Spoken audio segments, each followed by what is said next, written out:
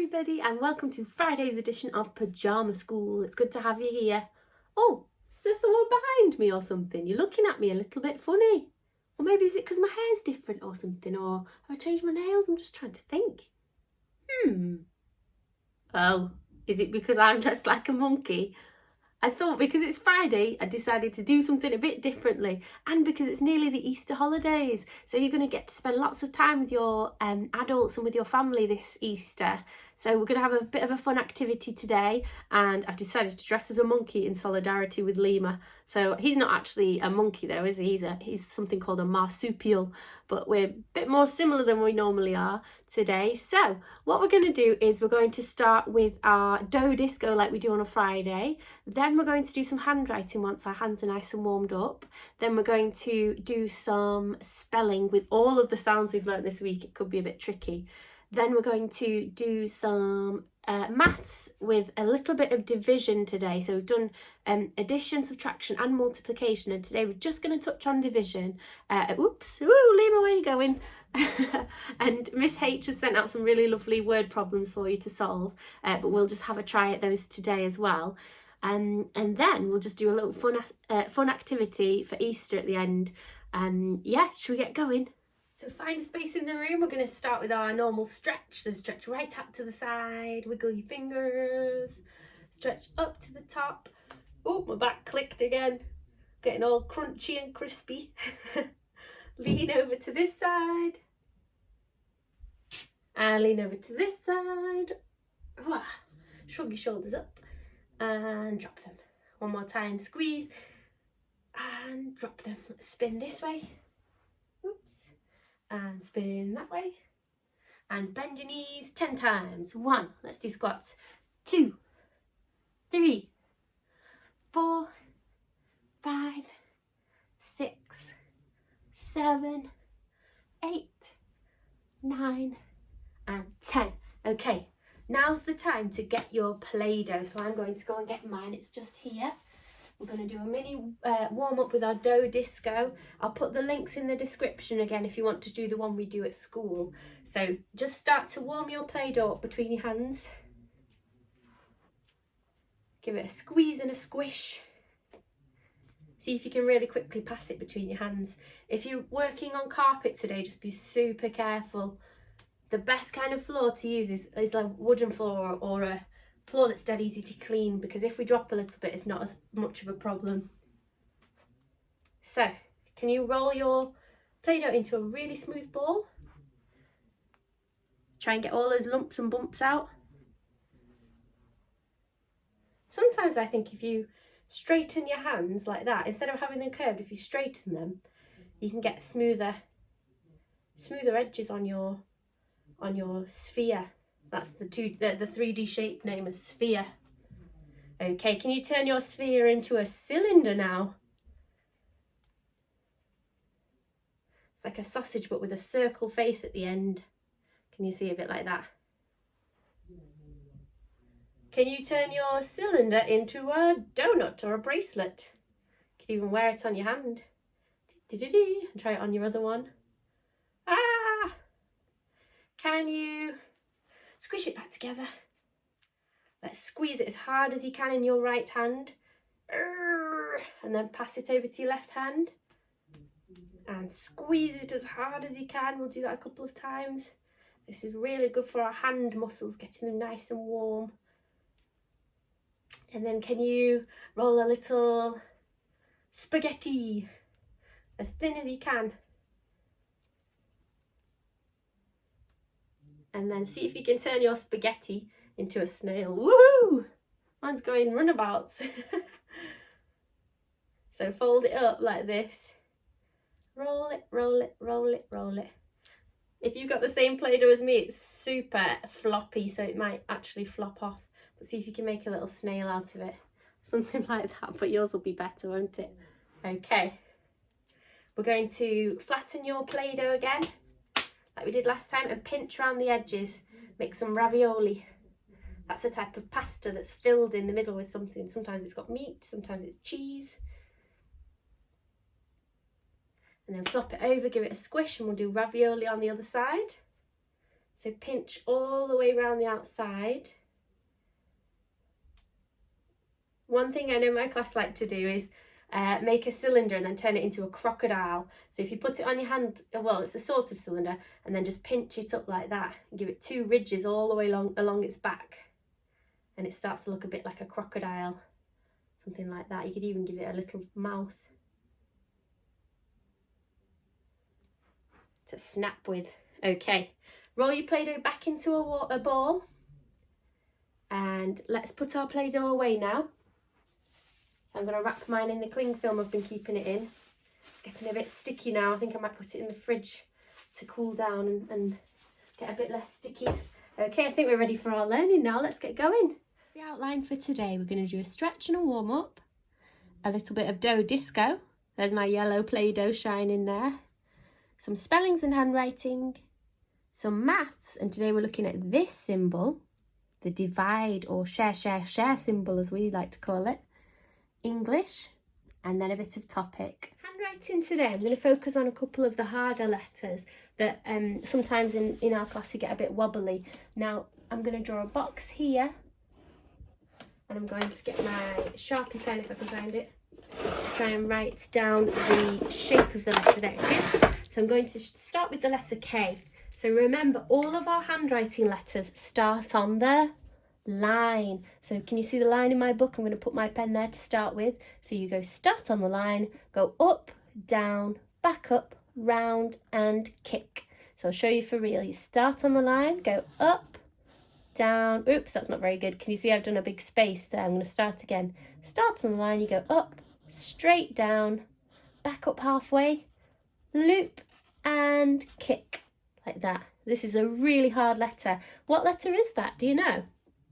It's the letter K. This one was a mistake, so just ignore that one. The letter K. I'll show you another one here. Start on the line, you go right up, down, back up to halfway, loop and kick, like that. So show me some K's underneath here. Some children sometimes do K's like this. So what does that end up looking a lot like? It looks like a capital R, doesn't it? Make sure your K goes right up and then loops around about halfway up this tall line here. Then it looks more like a K. So try not to do it like that one. Okay, you can pause the video now and have a go at doing your own row or 2 rows if you want to, or more, of the letter K. Kicking K. Okay, so the next letter I'd like us to look at, because I've seen some of these being a bit wobbly too, is the letter H. H, so you start on the line, go right up like a K, right down, up halfway, over and kick, like that. One more time, start on the line, go up, down, back up halfway, over and kick. H, ha, ha, ha. So let's see a row of H. Ha, ha. Be careful not to make your line too short, or what does it start to look like? It looks like an N making the N sound. So make sure your H is nice and tall and that the loop kick starts halfway up, this loopy bit here. Have a little go at that one. For our phonics spelling quiz today, we're going to be focusing on 1, 2, 3, 4. These 4 sounds. We've got your, ow, o and I. So have a look at those spellings now, because they're about to be in some of the words I'm going to ask you to write. I'm also going to ask you to spell these tricky words, so have one last peek because I'm just about to cover them up. They're all covered up now, so it's time for the quiz. We're going to do 10 spellings. So you can do, right, 1, 2, 3, 4, 5, 6, 7, 8, 9, 10 down your page like that. So pause the video if you need time for that. The first spelling I'd like you to write is the word goat. Goat. Have you seen that goat? Goat. Pause the video if you need extra time between words. The next word I'd like you to write is float. F-L-O-T.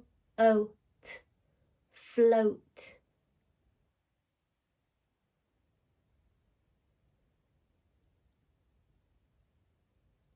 The next word I'd like you to write is high. That kite is high up in the sky. High, h-I. The next word I'd like you to write is about. Ab-out. We are learning about spellings. About.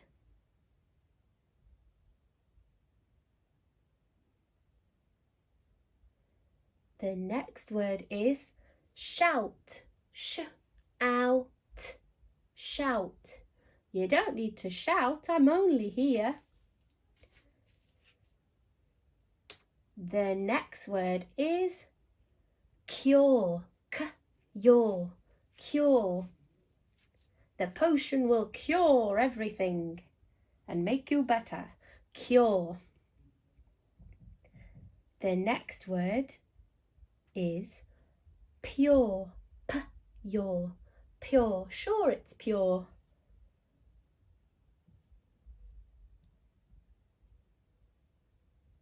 Okay, we're on to our 3 tricky words now. The first word I'd like you to write is said. Said. The teacher said, no peeking at the answers. The next tricky word is school. I love school. I love pyjama school. And the last spelling is the word was. I was going to be healthy, but then I ate a cake. Was. Okay, I'm going to put the words up in a moment, so just check your answers. They were goat, float, high, about, shout, cure, pure, said, school, and was. So goat was G-O-A-T. Give yourself a tick if you've spelt goat correctly. And if you've done your letter join handwriting, have another tick. Well done. The next word is float. F-L-O-A-T. Double tick for letter join. Well done. High. H-I-G-H. Double tick. About. A-B-O-U-T. About. Shout. S-H-O-U-T. Shout. The next one, cure. C-U-R-E. Cure. Pure. P-U-R-E. Pure. Said is S-A-I-D. Said. S-A-I-D. Said. S-A-I-D. Said. The next one, school. School, remember? S-C-H-O-O-L. And finally, was. The way I remember this is was. I was going to the shop. Fantastic. Tell me how many you got out of 10 by counting up. Remember, double ticks, you could, well, if you counted all of them, it would say 20. But just count how many words you got correct, okay? So if you got 10 out of 10 right that, or however many you got right, just let me know, or you can let yourself know, because this is about you learning which words that you might wobble with and trying to get even better at them. Well done, everyone. Today in maths, we're going to be thinking about division. So can I solve division problems? So division is the maths word for this symbol. We call this, in my class, we call it share, because it's got 3 little parts. So we do it with the hand. We go share, and make that symbol with our hands. The way we do this to begin with is by sharing the number. As they get older, they can start to put them into groups of. That's something we'll definitely cover in year 2 as well. But for today, we're just going to think of this as a shared between symbol. So 10 shared between 2 is something. So the concrete method, if you remember I talked about yesterday, The concrete way would be to get items. You can use beads or counters, anything you've got at home. You could use Play-Doh again. So just make the 10 circles. I'm going to just pause the video and make 10 things here. I've got 1, 2, 3, 4, 5, 6, 7, 8, 9, 10. The concrete way to do this would be to literally share these objects between two. So I'm going to share it between me and Lima. So one for you, one for me, one for you, one for me, one for you, one for me, one for you, one for me, one for you, one for me. That's the most simple way of doing it. And then at the end, you just check that both of you have got an equal amount. Sometimes it helps by laying the numbers out, you know, like they appear on the dice, because that helps children to recognise those numbers. I think it's called subitizing numbers, that's the word. So you can have a look and you can just see that's a 5, because that's what 5 looks like as objects. It's really important to get the children to notice that each group is equal, okay? Otherwise it's not sharing fairly.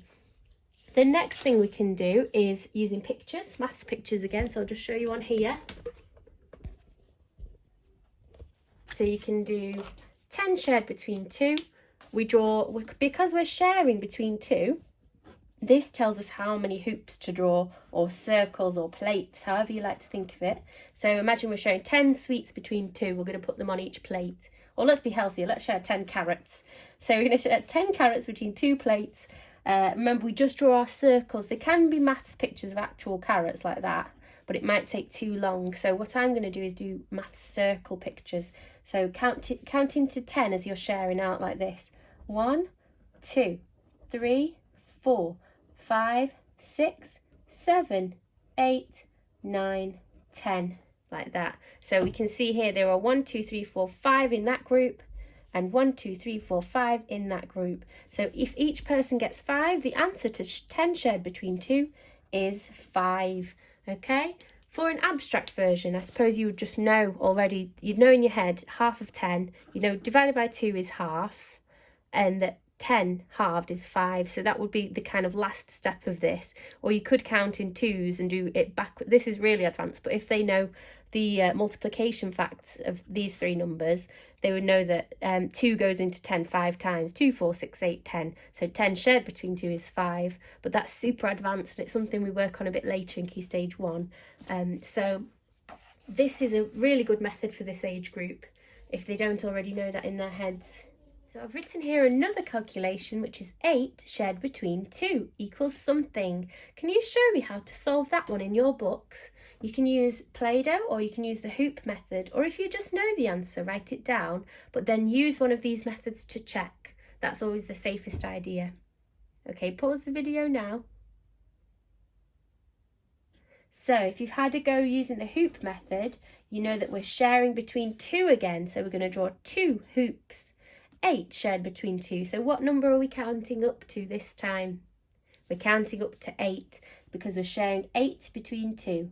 1, 2, 3, 4, 5, 6, 7, 8. So how many are in each group? There's 4 there. 4 there. Is it equal? Yep. So the answer is 4. 8 divided by 2 equals 4. I'm going to set you some challenges on this side of the paper now. The end one will be a word problem. Miss H has sent out some lovely word problems too if you want to challenge yourself. I'm just going to sort of start you off, and any extra maths you'd like to do, there's some available that we've sent out. Or you could always Google White Rose Maths. They've got some lovely things on there. Okie dokie, let's get going. Here's your challenge for today. We've got easier but still tricky. These are mostly sharing between 2. So you'll have to draw 2 hoops just like we did, although I've underlined this one in red because you're actually having to share between 3. So how many hoops will you draw for that one? 3. Or you'll be sharing between 3 people, or teddies if you're using teddies like I did. On this one, each question is sharing between a different amount. I've underlined them in red just to help us focus on those. So when you're reading the question, look really carefully at how many we're sharing between. So how many hoops will you have to draw? The mega challenges today, there's one very hard and one super on fire, mega hard one, because it's 2-step again. You might need a bit of help with that one if you're trying it. This first one says, Lima shares 36 berries onto 3 plates. How many berries are on each plate? So if you're doing that one, underline the words that jump out, the numbers that jump out at you, and maybe this word here, shares. That's a key word that tells us we're doing a divide. Share, share, share. The next one says, a man finds 20 diamonds. Look at that spelling, it's a bit weird, isn't it? Diamonds. He keeps 5 and shares the rest into 3 bags to sell. How many diamonds are in each bag? For this one, I would recommend using some Play-Doh and talking through the maths story here, or the word problem, as you do it, because it's quite tricky. There are 2 steps. Okay, good luck with those. Here are the answers. If you haven't quite done it yet, just have a pause before you look at these ones. I've written them all there so you can check through. The answers to the word problems. The first one is 12 and the second one is 5. Well done if you managed to do that. Superstars. English, try to finish your story as best you can today. So using your story map that you made and your new characters and your new baddie, I would love to hear how your story ends. Remember, a fairy tale ends usually with, and they all lived happily ever after. So see if you can make sure that one's in your story. I don't want to structure it too much because I'd like all the stories to be a bit different. But remember again, just make sure you've got capital letters, full stops, finger spaces, that it makes sense. And if you're feeling very brave, try using adjectives and ly words. Okie dokie, so check through your writing today if you have finished and try and make sure it's got all of these things. I've included some fancy paper which you can also download from Twinkle if you haven't got it. I've included that in this week's learning, so if you want to rewrite your story on some posh paper, then you could do that in your best handwriting once you've gone through and checked and changed your story to make it super fantastic. But do you remember we did this yesterday? So do your best and try and make your story super, and I cannot wait to see it. I'm very excited. Our topic today, we've set you the challenge of designing your own Easter egg, because it's going to be Easter very soon. So yours are all going to look completely different to mine, but I'm just going to do a little example. I think what I'm going to do is I'm going to draw a pattern on in black pen first and then colour it in. So if you do some wiggly lines across like this, or some zigzag lines, and then try and follow the zigs and zags, or maybe some circles, or maybe a loop-the-loop, or just another wiggly line and a wiggly line to match. Some triangle. I'll do triangle, square, triangle, square. What would come next?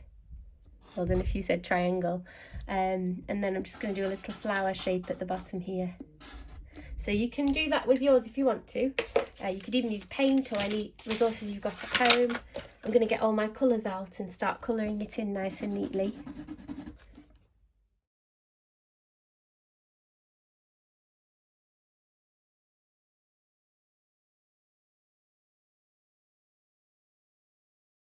So that's my finished egg. I'm just going to cut it out now, which you can do as well. So that's all for today. Thank you for joining in, and here is my finished egg. So some ideas of what you can do with your finished eggs is you could put them in your window, you know, like the rainbows that we made. Or if you've got a brother or sister who you live with, or more than one, maybe you could take it in turns to hide this Easter egg and go on an Easter egg hunt around your house to look for it. Just ask your adult if that's okay first, but that could be quite a fun game to play, and whoever finds it gets to hide it next. Okay, so I'm going to put mine on my window, so I'm going to try and cheer up anybody who's walking past our house. I hope you all have a lovely Easter break, and please do keep in touch or let me know what you're up to on the blog. I love seeing what you're up to, and I'm just going to be here waiting to hear from you. So let me know if there's anything I can do to help, or if you just want to say hello, that would be lovely. Hope you all have a really good family time, and we will see you very shortly. Bye!